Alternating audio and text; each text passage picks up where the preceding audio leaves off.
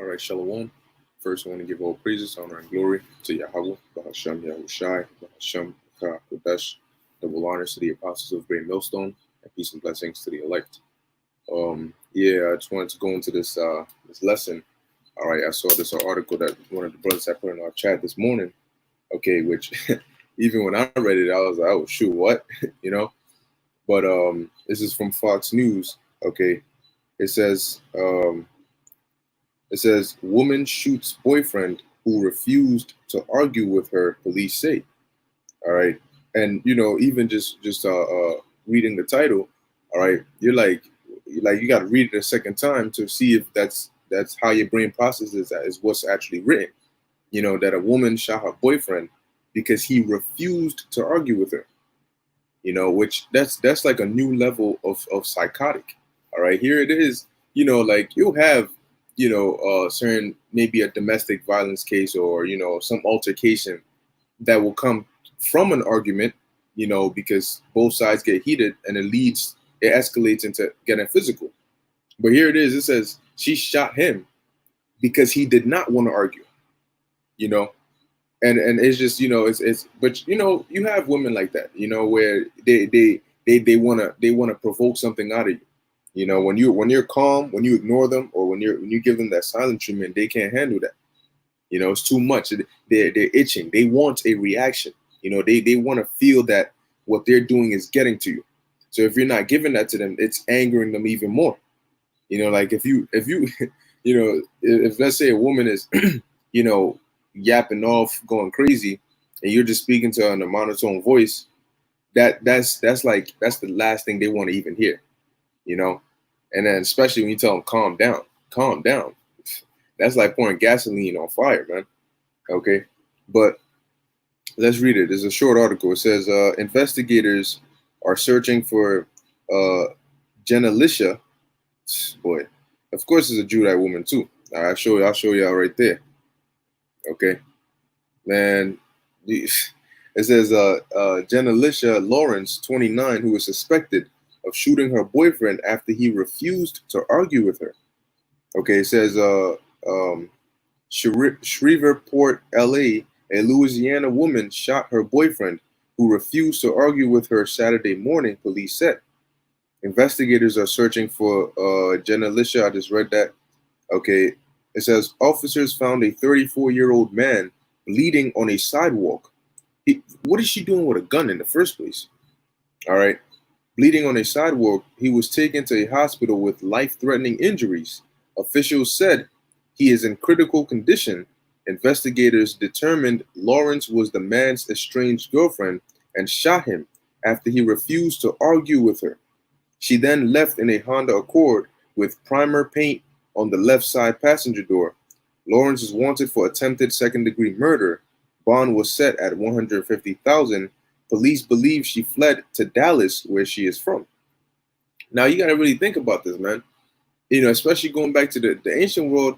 The fact that a woman can even think to pick up a gun to shoot her boyfriend, that's crazy enough as it is. But it goes to show you that this is a part of the curses, man.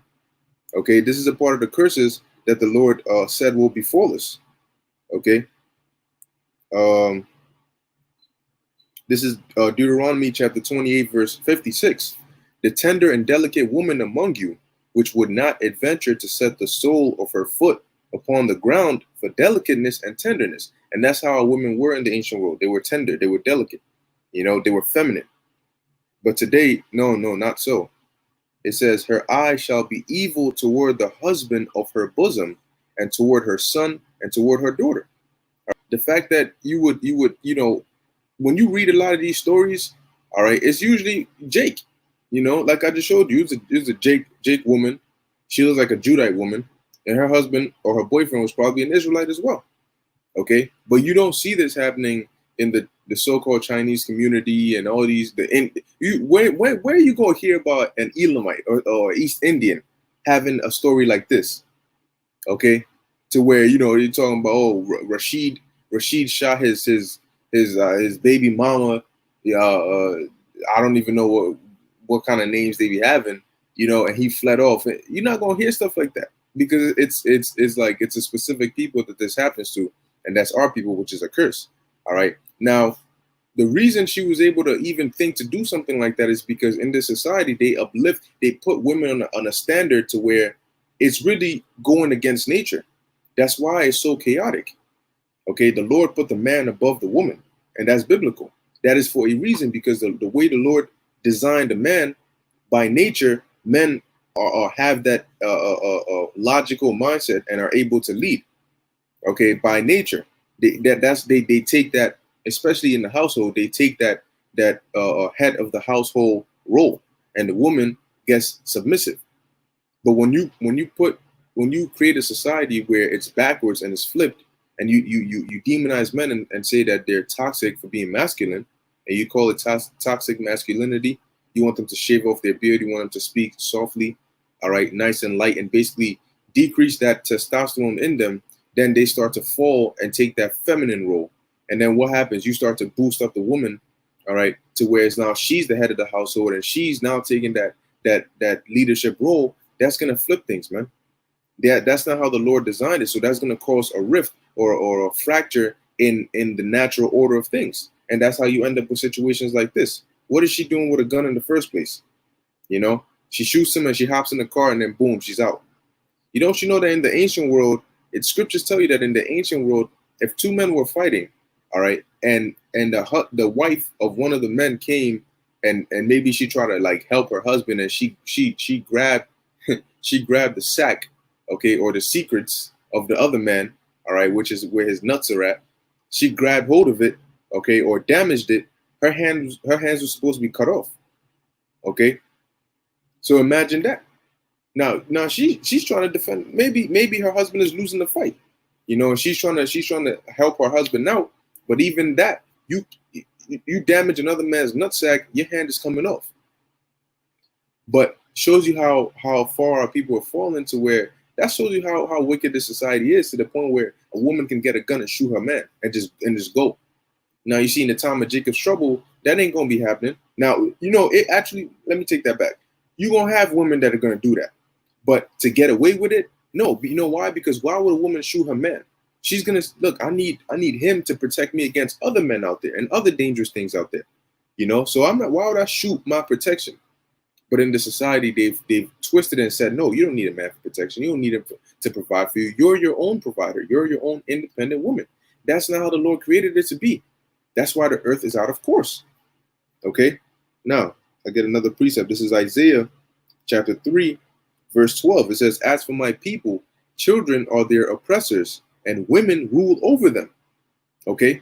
And that's why, if you notice, a lot of stores will have more items, or especially retail stores, they'll have items that are more towards women than men. You go to the men's section, there's only a very few items, few things there. And it's like, you know, it might not even fit you right. You know, all these things. You go to the women, they got a whole, like 2/3 of the stores for women. You know, I used to work in retail, man. I know, you know, like 2/3 of the stores for women. You got so many different floors for women, okay? And they got all the different sizes and all these different things. So you're like, damn, you know, what about because everything is catered towards them? Why? Because Esau, all right, going back to that serpent, all right, has beguiled Eve, okay, and has basically deceived her and separated her from her man. Okay, which is why they go around doing these things, man, because the scriptures tell you, all right, that put it right here, all right, that the woman is the weaker vessel. So why would you put the weaker vessel in control? All right, unless you want a recipe for disaster. This is 1 Peter chapter 3, verse 7. It says, likewise, ye husbands, dwell with them accordingly. Matter of fact, I go up 1 Peter 3 and 5. For after this manner in the old time, the holy women also who trusted in the Most High adorned themselves, being in subjection unto their own husbands. All right, shalom, shalom. Being in subjection unto their own husbands. Okay, not picking up a gun and shooting your boyfriend. And you think about the reason as well. Okay, maybe he tried to rape you, or you know he harmed your child, or you're pregnant, something. Maybe you're defending yourself. Shorty said because he did not want to argue with her. Okay, Who knows? It might have been over some drama. It might have, who's that chick? You know what I'm saying? Who's that chick you talking about? And she's basically trying to, go at him. He's not even trying to hear it, because I've seen that. You be at the train station and you see, here it is, the dude is trying to walk away. He might have an argument with his woman and he's trying to walk away. And then she's following him, okay, going off. And he's like, yo, leave me alone, But then she's going to provoke him. And once he does something, he's the bad guy. You see how society is set up? So she's following him, He's not trying to hear it. And that's probably what ticked her off for her to, shoot this man. Okay. It says, so this is what the scriptures say, man, that the women, all right, the holy women, what did? They were in subjection, okay, onto their husbands, all right, which it was back then, men were men, men were men and women were women. They weren't corrupted with the vibration of this earth like they are now. So it sets up a whole chain of confusion to where Esau has made it to where when men like us come out and we're actually trying to be, or actually being real men, we're demonized because he has made the women of society use, all right, not all of them, but the majority of them who have fallen under the influence and the spell of Babylon, he has made them used to that feminized man. So when they meet him, they're expecting already that I gotta be a strong woman. I gotta take control because these men out here are not about it. But by nature, okay, women want to be in that subjection state. Okay, it's all a front.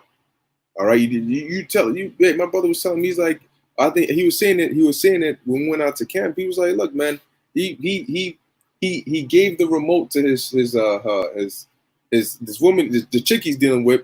I guess they were gonna watch a movie, and he's like, yo, what you want to watch? She's like, oh, I don't know, you pick something. And then he gonna pick, all right, let's watch this movie. She's like, oh no, can we watch something else?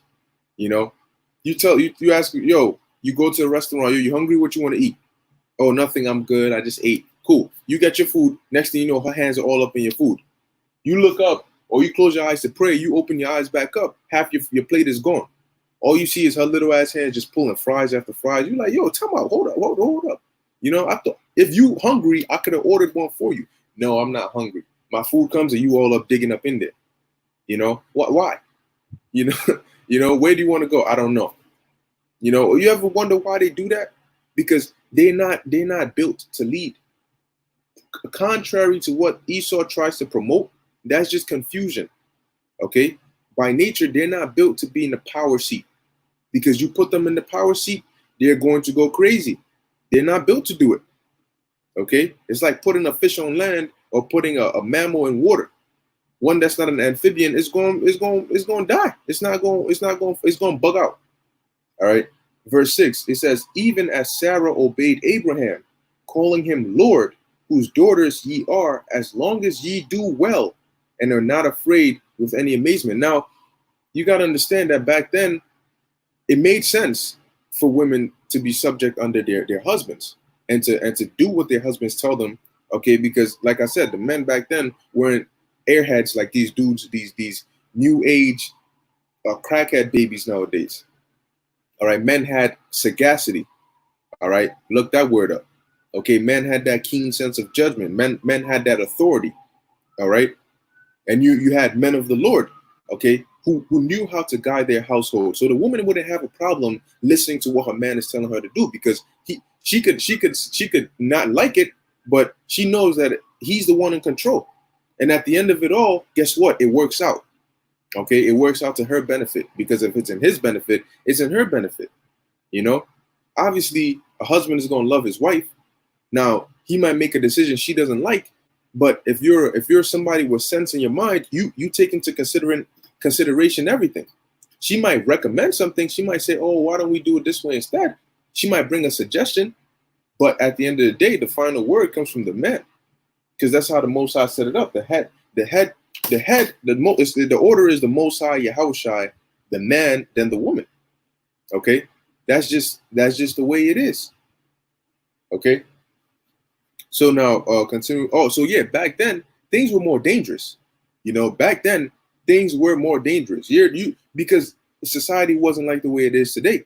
Back then, women were were more susceptible to get raped. Okay, they could have got killed. You had wild animals and all of that. So they knew in their mind. That's why the fathers would make sure they keep good close watch on their daughters, and then until the time of marriage, where they would give them to their husband and entrust them to their husband to take care of them. Okay, so that it was all good. You're protecting them. So the woman knew, look, if I'm not under my father's care, I have to be under my husband's care so he can protect me. In this society, they've made it seem where you don't need protection. That's why in the time of Jacob's trouble, it's gonna go back to the way it was back then. They're gonna humble down and be quiet and come under a man. Okay, as it tells you in Isaiah 4:1. Why? Because they're gonna say that there's danger all around. So just the same way back then, they knew that to have protection, they needed a man. In this society, the Lord is going to bring that danger and that threat back into reality to where they're going to understand that if I'm going to survive, I need a man. Okay. And really not just any man, but a man of the Lord. Keep going. Verse 7, likewise, ye husbands, dwell with them according to knowledge. Okay. Like I said, we get on the women, but we also get on the men. It's both sides, because you might have a good girl who meets an airhead, crackhead baby, all right, who he doesn't really know what's going on, so he basically corrupts her, turns her into a psychopathic maniac, and then she goes out there and meets a decent guy, but now he's not trying to deal with that because she's been damaged by that previous dude because he didn't know how to deal with her according to knowledge. Yes, the woman is under the man, but that doesn't mean you just mistreat him and just do whatever you want to do. You got to take them into consideration, man, because the Lord also looks at that. Okay. I'm gonna come home and just mistreat her. No, the Most High is gonna jack you up for that. Okay. He gave you. You're basically supposed to watch over them and take care of them. Okay. But at the same time, they're not supposed to run all over you. It's a balance. But a man of knowledge, okay, a man of Yahweh Ba'Shem Yahushai will know how to deal. A man of Yahweh Ba'Shem Yahushai wouldn't end up in that position where his woman gets a gun and shoots him. Okay? Now, the Lord might put you in a position to where you learn your lesson. But if you're a man who has, manliness, she would know off the jump. She wouldn't even dare to think of doing something like that. Okay? Because she knows that, look, I got to come right. I got to come right if I'm dealing with this guy. All right? So it says, dwell with them according to knowledge, giving honor to the wife and unto the weaker vessel. Okay, they're the weaker vessel. That doesn't mean you just kick them around. That just mean that will mean that what? Being that they're weaker, you gotta not being that you're stronger, you protect the weaker. Okay, but you don't let the weaker come out here and run. Here it is, she's weaker, but why is she making the decisions then? Is she now? Don't get me wrong. Like I said, there's women that'll give you good advice because the Lord can still speak through a woman to give you advice. Okay, but at the end of the day, man, why is a weaker vessel taking a gun and shooting her boyfriend and then getting in the car and driving off? In the ancient world, that would have been absurd to think about that, man. It says, as unto the weaker vessel, as being heirs together of the grace of life, that your prayers be not hindered. Okay. Now I'm going to get it in here. This is Ecclesiasticus. All right. This is Ecclesiasticus chapter 25, verse 14. Or Salaki, I'll start at verse 8. It says, well is him that dwelleth with a wife of understanding. Okay. Why is that? Because a wife of understanding ain't going to pick up a gun and shoot her boyfriend and then drive off. Okay. A wife of understanding. Hey, look, man, personally, I do this, man. If I meet a chick, I pick her brain, low key. I might ask her certain questions. I won't put her on the spot to where she knows what I'm doing. I do it low key, subconsciously. You talk about certain things. You speak about certain topics. You throw certain things here and there. See how she reacts. See what she says to that. See if she even pays mind or picks up on what you're saying. Pinpoint where her mind is at.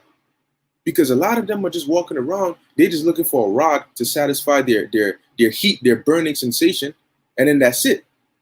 So you're thinking, okay, if I'm going to deal with this chick, okay, how am I going to deal with her? Is she going to be a headache? Is she going to be a demon? Is she somebody that understands? If I say, yo, I'm busy, I'm doing something, are you going to nag me? If I'm on the phone with you and I'm like, yo, I got to go, I'm not trying to stay here for 10 extra minutes hearing, no, what are you gonna go do and all this if ands or buts. Yo, my man.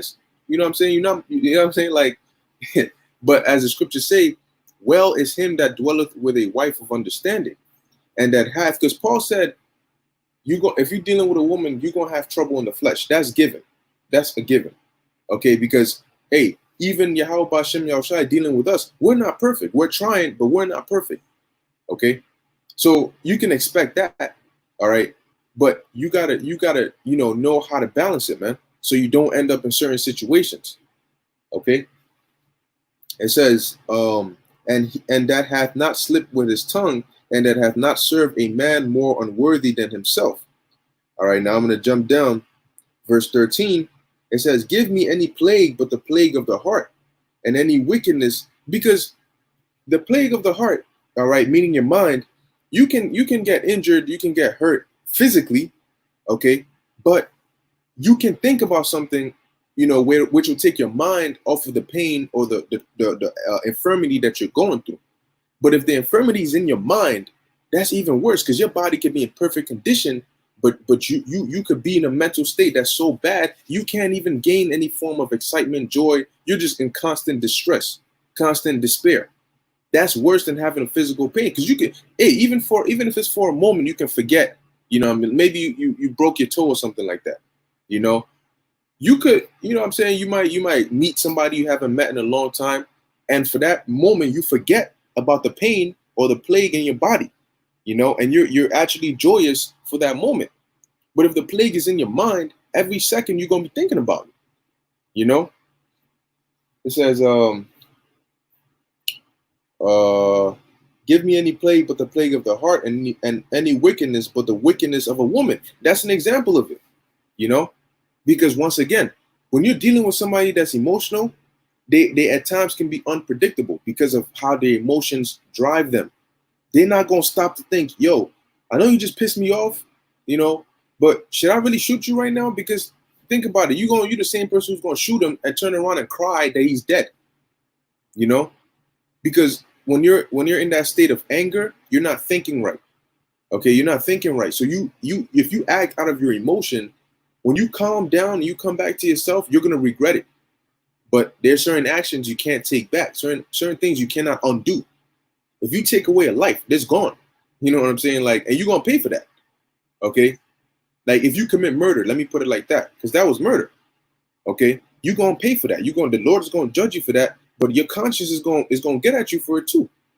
Okay, so you gotta stop, all right, and think logically. All right, she just pissed me off, but why would I shoot her and have to go to jail and do all these extra things just because I got angry? You have another option. It's not like shooting somebody is your only option. You can leave them. You can separate yourself and calm down. You can do something, all right. You can, stop and meditate and think of what's the best thing I can do right now. You got to think ahead and think about consequences. Okay. But that's one thing. If you're emotion driven, you're not going to do. In the moment, you're just going to act on impulse instead of stopping yourself and catching yourself and thinking, hold up, if I do this right now, what's going to happen after? What happens when I'm not feeling angry anymore? Because anger is what's going to make me want to sock you in the mouth or hurt you. But when I'm not angry anymore and I don't want to sock you in the mouth, I'm still going to have to deal with the regret of doing what I did. You understand? So when you're dealing with logic, all right, or when you're dealing with the spirit, you'll know, okay, you know what? I'm tempted to do this, but I'm not going to do it. All right? Yeah, 1 second. No, not yet. All right. So going on, where my verse 14, right? It says, and any affliction but the affliction from them that hate me, and any revenge but the revenge of enemies. All right. Verse 15, there is no head above the head of a serpent, and there is no wrath above the wrath of an enemy. I had rather dwell with a lion and a dragon than to keep house with a wicked woman. All right. Keyword, wicked woman. Okay. Because you're going to have certain women out there. Look, we read about certain women in the scriptures. You read about the Judiths and hey, let me give you an example. Even Tobit's wife, Even Tobit was catching hell from his wife when he sent his son to go get the money, and his son hadn't returned in the allotted time. She was crying, "Oh, my son is dead. Oh, you sent him to die." She's nagging him. You know damn well Tobit was stressed. But hold up, she wasn't necessarily a wicked woman for that. That was just by nature. That's how they are. You see? But here it says wicked woman, because you're gonna have certain women, like I mentioned, you have the Judiths and the Esthers and all of them who are on the earth today. So you can't, we're not just gonna say every woman is wicked. Like, we're not gonna apply the scripture to every woman, because it specifically said wicked woman. Okay? And you can tell, hey, sometimes you can tell by just looking at them, man. You can tell, hey, she got demons on her, man. Okay. So the scriptures talk about stumbling out of her beauty, because you don't want to get blinded by that, man. Okay. So it says, I had rather dwell with a lion and a dragon than to keep house with a wicked woman. Because even a lion, all right, if a lion is not hungry, all right, the lion got food, the lion got whatever, it ain't gonna come out here and just attack you. If a lion is hungry and you step into his den, it's gonna slap all the ass off you. It might crack a few bones. But other than that, a lion don't just come and say, I want to pick a fight with you. I'm gonna wake up in the morning, I see you sleeping, you know what I'm saying? But you got a smile on your face. I want to know what you're dreaming about. Who you dreaming about? All this extra stuff just to start strife. Just they want the drama. They want that excitement. That's demons. Okay? That's demons, man. So it says, the wickedness of a woman changeth her face and darkeneth her countenance like sackcloth. So like I said, and that's why a lot of them wear makeup. A lot of them, key word. You have some of them that just wear makeup just to wear makeup. They like the way it looks. But some of them wear makeup to hide, all right, their actual countenance. Okay, because you can see, if you look at some of them without makeup, you're like, yo, she looks like sinister, Bro, would you dwell with an elder lady? What do you mean dwell with an elder lady? You gotta elaborate on your question. All right, but you have certain some of them that just look sinister. Like, you see their face, you're like, oh, hold up, no, put the makeup back on, man. All right, verse 18. Her husband shall sit among his neighbors, and when he heareth it, shall sigh bitterly. You see, that's that dread of like, the scriptures, all right, say that the Lord created a woman to be a helpmeet. All right, she's supposed to be, like a assistant, to help you. You're supposed to be happy to dwell with her. Not it shouldn't really feel like a burden. Now it feels like that sometimes because it's a curse. Okay, it's a curse, man. The Lord put that curse upon us for being disobedient. But it ain't supposed to feel that way. Okay, you ain't supposed to feel like, oh my gosh, you know what I'm saying? Yo, that's your shorty. Yo, you heard da da da. Yo, she was doing this, that, and the third. Will Smith, and what's the other? I'm not into all that kind of stuff, so I forgot her name, if I even know it. But anyway, we all know the story about Will Smith and his so-called wife, who dipped out on him. I guess she was angry or whatever happened, and she went and dealt with another dude, right? Now, him hearing about it, that's going, if he's somebody who's an actual man, that's going to make him, like the scripture just said here, he's going to sigh bitterly when he hears it, man. She had relations and interactions with another dude. And now what? There's memes going around about the lyrics, the songs that dude made about him sleeping with Will Smith's so-called wife.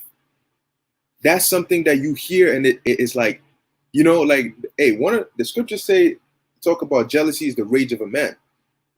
Hearing another man dealing with your woman is something that instinctively inflames you. All right, it sparks like an instant rage within a man. And that's why, and so that feeling you get, okay, you think about maybe your newly married wife who either goes and cheats on you or gets raped or something like that. That feeling that you get, okay, of even hearing something like that, that's how the Most High feels when we go and deal with these other idols, man. Okay, when we go and deal with idolatry and all that, that's the feeling, man. It's like cheating on the Most High. It's like your woman cheating on you. Okay. And so when you deal with multiple and all these different philosophies, that's like your woman getting ran through by multiple different dudes. All right, filthy ass dudes too. All right, that's the kind of thing. So that's why the Lord put this kind of curse on us, so you can feel a taste of what it's like, you know, to do good to your woman and get repaid wickedness, get repaid evil. Okay. Verse 27, and I've been seeing, oh, I'm 27, I've been seeing a 40-year-old. She is virtuous, but I'm afraid of how people will see it. Hey, look, let me think. I don't know if I read it somewhere or so. Damn, who was it? I'm trying to remember to see if there was a woman. There was an older woman dealing with a younger man. I don't really. It's not coming to mind right now. But hey, look, if you're dealing with her, you happy to be with her. She's happy to be with you, man. You do what you got to do, man. Because look, at the end of the day, all right. At the end of the day, if she's of the elect, okay, and the Lord put her with you, don't worry about what others are gonna think. Because in the kingdom, or when Yahweh Shai comes back, He's gonna give her a new young body. Okay, she ain't gonna be looking like a 40-year-old or whatever the case may be. He's gonna give her a nice young body, and she's gonna be nice and fresh just for you, you know. So look, if you please to dwell with her, hey, do your thing, man. All right, you're your own man. Okay, you're your own man. No, don't worry. Don't let somebody tell you what to do. Now, you know, if it's scriptural, you know, biblical advice, whatever the case may be, cool, you know. But at the end of the day, you're your own man. You do what you want to do, but just keep in mind that you're not going, all right, out of the laws of the scriptures. Okay. So continuing on, verse 19, all wickedness is but little to the wickedness of a woman. Why is that? Because when a woman gets angry or she's bitter and she wants to get back at you, she does the most outrageous things. Because hey, you have certain women that they'll cheat, but they're not cheating. Okay, they're not cheating because they wanna. They're not cheating because they wanna sleep or enjoy sleeping with another man. Sometimes they're just doing it because they want to get back at you. They're angry at you, you know. So they want to do that. You notice how you might be dealing with a certain chick, right?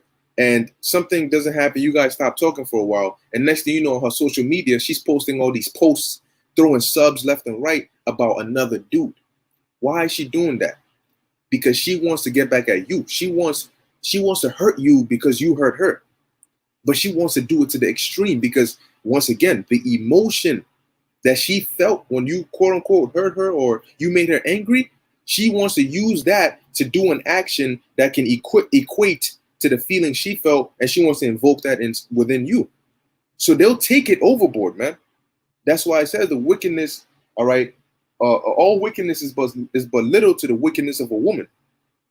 Okay, because if she's bitter, man, hey, she's gonna do something, man. All right. It says, let the portion of a sinner fall upon her. Because sometimes the Lord will set you up with a wicked woman. The scriptures say a righteous man escapes her heart's snares and bands and nets. But if you're righteous, the Lord will, you know, he'll take you out of that. So you won't fall into that. Okay, you won't fall for that trap. But if not, good luck, because you're gonna be in there. Lord might have you get caught up in. It gets so complicated, you know. So let the portion of a sinner fall upon her. Hey, now, like I said, the Lord might put certain men in that situation for you to learn a lesson. Okay, but some of these other dudes out here, man, they trust me, they go through some ish, man. They go through some deep ish because of women, man. All right. It says, verse 20, as the climbing up a sandy way is to the feet of the aged, so is a wife full of words to a quiet man. Why? Because a quiet man, you like your peace, you know. So when you're hearing constant, you know, a woman, for everything you do, everything that happens, she has something to say about it. You know, she can't just chill. We can't just have a moment of silence, or, you know, let us just chill. Everything, you know, this got to make a comment about this, got to make a comment about that. Oh, so you just gonna do this? Oh, so you're not gonna do this? Oh, so you just doing this? Oh, so this or that. Especially to a quiet man, it's just like, yo, it's vexing. All right, the same way, like it compared it to climbing up a sandy way is to the feet of the aged. All right, imagine trying to go up a place that, because sand isn't really stable. All right, so even a young man climbing up a road, a sandy way is difficult. How much more for somebody that's older, who has trouble just walking on a regular path? All right. Verse 21, stumble not at the beauty of a woman, and desire her not for pleasure. Now, this doesn't mean if you look at a woman and you have desire onto her, you're going off. No, it just means, like it says, stumble not at the beauty of a woman. Okay, stumble not. You can desire a woman for her beauty. Just make sure she's single and it's not adultery.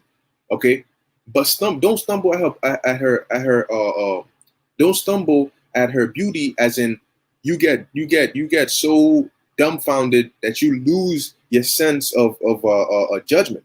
Okay, you lose your ability to think and make decisions because of how beautiful she is, because then you're going to go off. She's going to get you to go off. Trust and believe that. Okay, because you're going to give your power onto her, man, because of how good she looks. She's going to notice that, and she's going to use her looks, all right, as a means to gain what she wants from you, because she sees that she can gain an advantage over you using her looks. All right. So it says, verse 22, a woman, because like it says, desire her not for pleasure. What are you supposed to desire her for then? You know, what's the main thing a man and a woman want to do when they're alone? The woman looks good, the man looks good. What they want to do? They want to sit there and twiddle their thumbs while the dude plays Angry Birds on his phone, and she just sits there and looks at him? Hell no, it's for pleasure. They want to engage in pleasurous activities. All right, so it doesn't mean don't desire her for pleasure, but it just means be cautious when you're dealing with these women. Okay, that you don't fall just because she looks good. Okay, don't let that trap you. Okay, you got to use this head, not your little head. It says, verse 22, a woman, if she maintaineth her husband, is full of anger, impudence, and much reproach. All right, because you got certain women that the husband is he's basically like the woman in the house, so she got to play the role of the man. Women don't like that, so she's gonna get angry, she's gonna get bitter. You know, everything is gonna piss her off because you're not doing your job, you're not playing your role. Okay. It says, a wicked woman abateth the courage and maketh an heavy countenance and wounded the heart.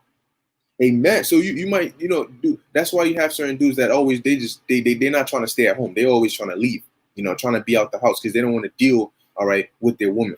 You see them and they look stressed. Yo, what's going on? It's just Eve, she doing, It says, a woman that will not comfort her husband in distress maketh weak hands and feeble knees. Of the woman came the beginning of sin, and through her we all die. Because when you go back to the garden, all right, who did matter of fact, let's get a precept on that. Who did the serpent go to? Serpent didn't go to Adam, because that joint would have been shut down. Okay. I believe it's second Timothy. Let's see. 2 Timothy 2, or maybe first. All right, 1 Timothy chapter 2, verse. I'll start at verse 9. In like manner, also the women adorn themselves in modest apparel. All right, modest apparel, meaning, in today's day and age, you try to dress as least revealing as possible. Okay.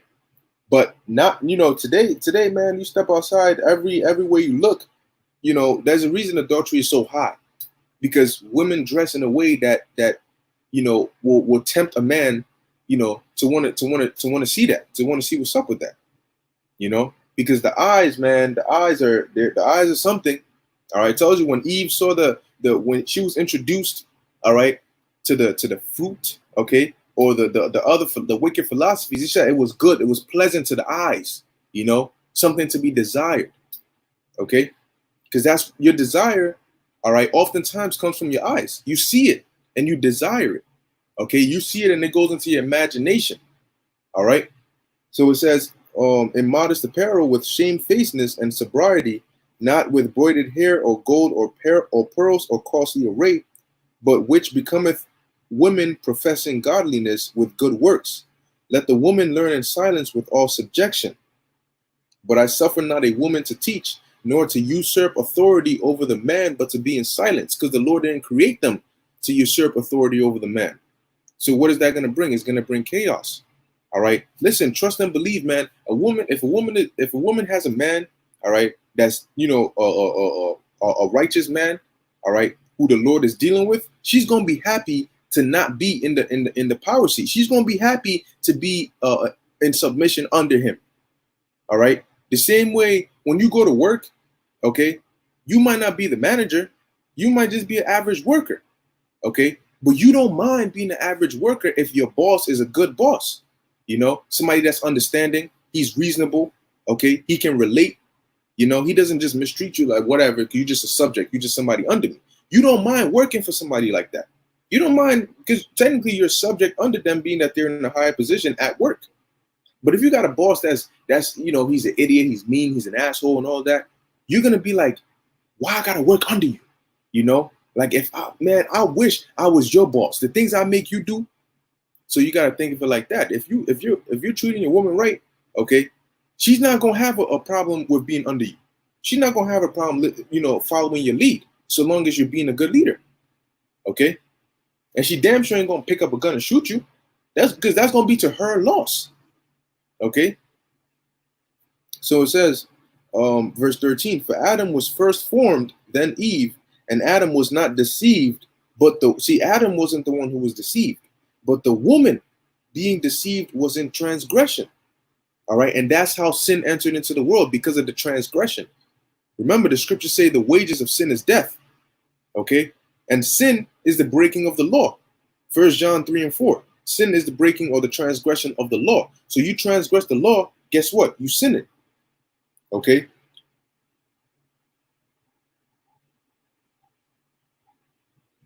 All right. You sin it. So it says, and Adam was not deceived, but the woman being deceived was in transgression. Notwithstanding, she shall be saved in childbearing if they continue in faith and charity and holiness with sobriety. So that's why it says of the woman came the beginning of sin, because it wasn't Adam who transgressed. She transgressed and then caused Adam to transgress along with her. All right. And through that, we all died, because through sin came death into the world. All right.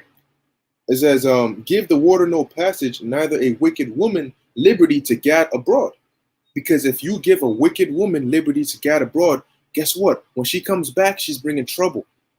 She's bringing trouble with her, man.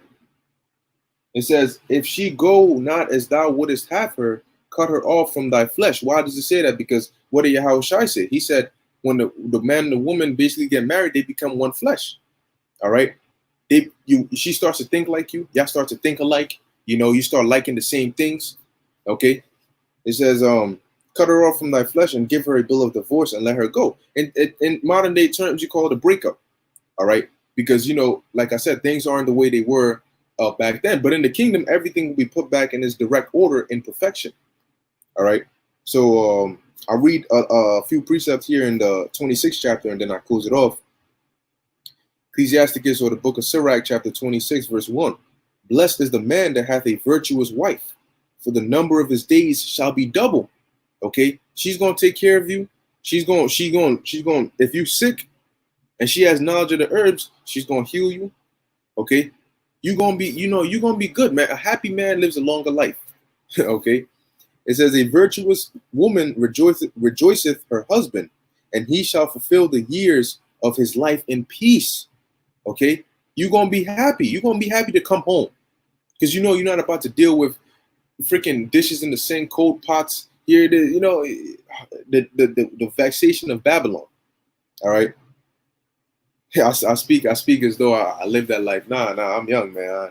I ain't got no wife there. Anyway, verse 3. A good wife is a good portion, which shall be given in the portion of them that fear the Lord. So if you fear the Lord and you're doing a good thing, hey, the Lord will set you up with a good woman. Okay. You might not be right away, but somewhere along the line, something will happen, and you'll just notice how it's like it just happens. And you'll be there and you'll look back and be like, time out. How the hell did I even, you know, where the hell she came from? I wasn't looking for her. But the Lord set you up with that, because what? The Lord's like, yo, you're doing good. So I'll give you a woman that's not going to put hell on you like that. Okay. Verse 4, whether a man be rich or poor, if he have a good heart toward the Lord, he shall at all times rejoice with a cheerful countenance. Hey, man, and I can definitely attest to that, man. You know, here it is. You could be broke as hell and you still walking around with joy, because of what's up here, because because you might meditate on the scriptures, you might think of the kingdom to come, you might see something relating to prophecy, and it gets you in that spirit to where here it is, you broke, but you're not in distress as somebody in the world, because when people in the world go broke, they go crazy. We don't, because we understand that, look, okay, we can be broke, but ultimately the Lord is the one who maketh rich and maketh poor. And I know that he's going to provide for me our daily bread. I could be broke, but I know that when I need it, the Lord is going to provide it. So I'm not stressed, because I leave my cares onto the Lord. All right. Now I'm going to jump down verse 6. I'll start actually verse 5. It says, there be three things that mine heart feareth, and the fourth I was sore afraid: the slander of a city, the gathering together of an unruly multitude, and a false accusation. All these are worse than death. But a grief of the heart and a sorrow is a woman that is jealous over another woman. Oh my God. That's how you end up with situations like that, where you got women shooting their men, or getting real crazy. Okay. It says, and a scourge of the tongue which communicateth with all. Okay, because a woman being jealous over another woman, you're not going to hear the end of it, man. Who's that? What, what I'm saying? So you might even step out to catch some fresh air. The second you come back home, where were you? What's her name? Who is she? Oh man. Here it is, you home, and you just chilling. She's like, where you at? I'm home. Send me a picture. What do you mean send you a picture? I'm in the house. But there's a meme like that. It's like, take a picture with a spoon or a plate on your head and send it to me right now so that I know that you home. And then the dude does it, and then she says, how do I know you didn't take that picture yesterday? What kind of logic is that? What? What? Hey man. It says, verse 7, an evil wife is a yoke shaken to and fro, and he that hath hold of her is as though he held a scorpion. Okay, because what happens when you hold a scorpion? At one point, one time or another, you about to get stung. And that's the thing. It's not just a sting and, oh, okay, it hurts. It's a sting that leaves a poison. It leaves a damage, man. Okay? She gonna sting you and ruin your life. Verse 9, the whoredom of a woman may be known in her haughty looks and her eyelids. You can tell if a woman is a hoe or not based on her looks, based on the faces, the kind of faces women know what they be doing. They look at you a certain way. It is that movie that came out. Everybody was all over it. All right. 365 days or 365, something along those lines, man. Okay. But they know how to look at you a certain way. When they talk to you, how their body posture, the way they look with their eyes, the way they move their eyelids, the way they bite their lip or whatever they do, they know exactly what they be doing. All right. A beautiful precept. Shalom, brother. Yahweh's warrior. 1 Ezra 4:27. Many also have perished, have erred, and have sinned for women. You see that? You know why? The reason is because Esau has made them powerful by making you weak. If you're weak and you can't stand up, all right, you can't stand up and be a man, guess what? You're going to end up giving your power onto her. Okay? And she's going to cause you to go off because she's not supposed to be in power. But you have given her the power, and now you're both following what she's doing. What does that sound like? Does that not sound like back in the garden? Okay? You listening to her, the Lord told Adam specifically, because you listen to the woman, because you listen to your wife. All right? You went off, boom, boom, boom. You know what you got to do. Okay? Now, like I said, she could bring a suggestion. It might be a good suggestion. You say, okay, you know what? That's not a bad idea. Let me do that. Let's do that. Cool. But if she's saying something that's going to lead you away from the scriptures, or, like Job's wife talking about, why don't you curse the Lord and die? At that point, she got to get rebuked. And if she ain't trying to hear it, she got to go. All right? Because the same way she came in was through the Lord. So here it is, the Lord brings her to you, and then you're going to leave with her and leave the Lord. The same way the Lord brought her, he could take her away. Matter of fact, he could take your life too. And if she leaves and you stay with the Lord, he can bring a better one. All right. Verse 10, if thy daughter, Proverbs 30, let's take a look at that. Shalom, brother. Yep. Proverbs 31:3. Give not thy strength unto women, nor thy ways to that which destroyeth kings. Hey, how did what's his name? King Solomon. Okay, he was great in everything, but what was his downfall? Okay, what was the downfall of King Solomon? One of the wisest kings that ever lived, because of the women. All right, Solomon went off because he started listening to the women. All right, and the Lord referred to it. The Lord said, "Look, you weren't as your father David, man, because David's heart was toward the Lord always." Yes, David committed adultery. See, and when he committed adultery because of a woman, the beauty of a woman. He saw Bathsheba, Uriah's wife, and because of her beauty, it caused him to go off. Okay, but in the case was, but still, in that time, David what? He repented and came back to the Lord.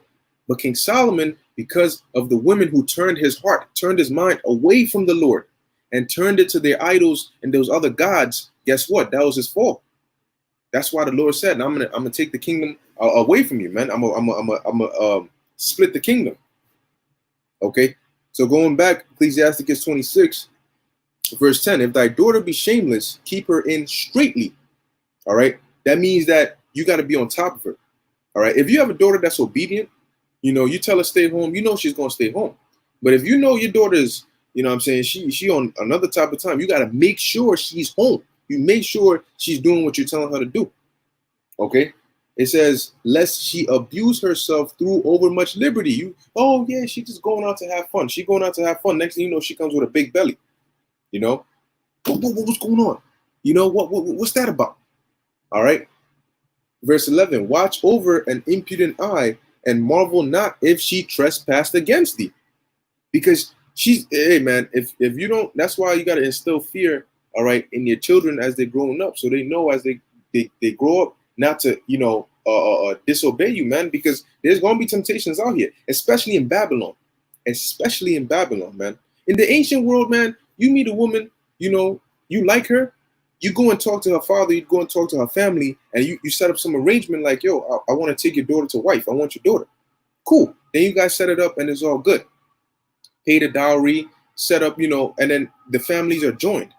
In today's society, you might have the dude that might sweet talk her. Hey, J. Cole said that in his song, Lost Ones. He was singing about it, how he basically, the sweet talk and all that, hit it, and now it's like, whoa, what's up? She pregnant? Nah, I don't know about that, because you'll have certain dudes that'll cause the girl to disobey her father. She's dealing with him, but he's not even an upright man. All right, he's not an upright man. So now she's disobeyed her father. She's did things with him, and then he's out. He's done. He's like, trouble arises, or another chick comes in the picture, he's out. So now it's caused the whole situation. It's like, yo, where's he at? He's nowhere to be found. At least if afterwards he came back, met the father and everything. Okay, at least he's here. You know what I'm saying? You didn't introduce him before, but he's here. You've introduced him afterwards. But in Babylon, that's the thing. It's not like that. It's all messed up. That's why you have so many situations of drama. One dude is in jail. One dude is 6 feet under the ground, and the woman is going around with another dude. And what did they all have in common? They were all dealing with her, because she was what? A wicked woman. All right. Boy, verse 12. She will open her mouth as a thirsty traveler when he had found a fountain. Now keep it, basically blow rod. All right. Because that's what I'm saying, that's the metaphor that it's using. She gonna open her mouth as a thirsty traveler when he had found a fountain. When a thirsty traveler finds a fountain, what's he doing? He's drinking that. Okay, so she gonna open her mouth like that because she's gonna be blowing rod, man. All right. It says, and drink of every water near her. Yeah, it's not actual water, but you know what that's talking about. It says, by every hedge will she sit down and open her quiver against every arrow. What's a man's arrow? His rod. What's her quiver? Her box was in between her legs. Okay. She gonna open up them legs. All right. And them arrows are gonna go right through. It says, now notice it says, open her quiver against every arrow. Not one man or her husband, every arrow. That's who? That's a hoe. All right, a thought, whatever you want to call it. It says, the grace of a wife delighteth her husband, and her discretion will fatten his bones. A silent and loving woman is a gift of the Lord, and there is nothing so much worth as a mind well instructed. Okay, a woman that got some sense, she knows how to cook, you know, like even if you're not in the best state to make a wise decision, you know what I'm saying? Like she'll counsel you out of it. You might be trying to do something that maybe you're intoxicated and you're trying to do something that's not good. You know, she'll calm you down and convince you not to do it. All right. And then the next morning you wake up and you're like, yo, hey, the water, man, because you know, I probably would have, you know, she's not gonna egg you on to do something stupid or wicked. All right. Something that this society will promote you to go do. All right. Now, I'm not going to read through the whole chapter. I'm just going to jump down. Let's go. Verse 22. And harlot shall be counted as spittle, but a married woman is a tower against death to her husband. It says a wicked woman is given as a portion to a wicked man. Because look, going back to the article, yes, she shot him, but understanding that that's judgment from the Heavenly Father upon him. Okay. The Heavenly Father chose to judge that man by way of having his girlfriend shoot him, okay, and put him in a critical condition. Now, whether he survives or not, that's up to the Lord, okay? So it says, but a godly woman is given to him that feareth the Lord. So if you fear the Lord and you're doing what you got to do, Yahweh B'Shem Yahushua is not going to put you in that position, man, all right? Or even if he does, he will deliver you, okay? But he'll give you someone that's calm and quiet, man, okay? Not somebody that, here it is, you saying something, and next thing you know, she got precepts and cuts lined up. You know what I'm saying? She waiting for you to come home so she can hit you with different precepts. What the hell? What's that about? You know? Man, look, I'll teach you the name of the Lord. Cool, you know the name of the Lord. You know simple things. Don't take the chip, da-da-da. That's it. You know? Certain women, you don't even got to tell them about the truth. Okay? That doesn't mean you're going off. The scriptures didn't say that women are going to be saved because she knows how many precepts are in the scriptures or she knows the book of Isaiah front and back. No, they're going to be saved through you. All right. The Lord is going to have mercy on them through you. So when that time comes, they're going to be saved for you. Okay. Now, if the woman is of the elect and she doesn't have a man, the Lord is going to pair her up with a man of the Lord so she can be saved through him to be of his house. She's going to be saved so she can be a wife unto you. Not because she was out there prophesying. That's for us to do. All right.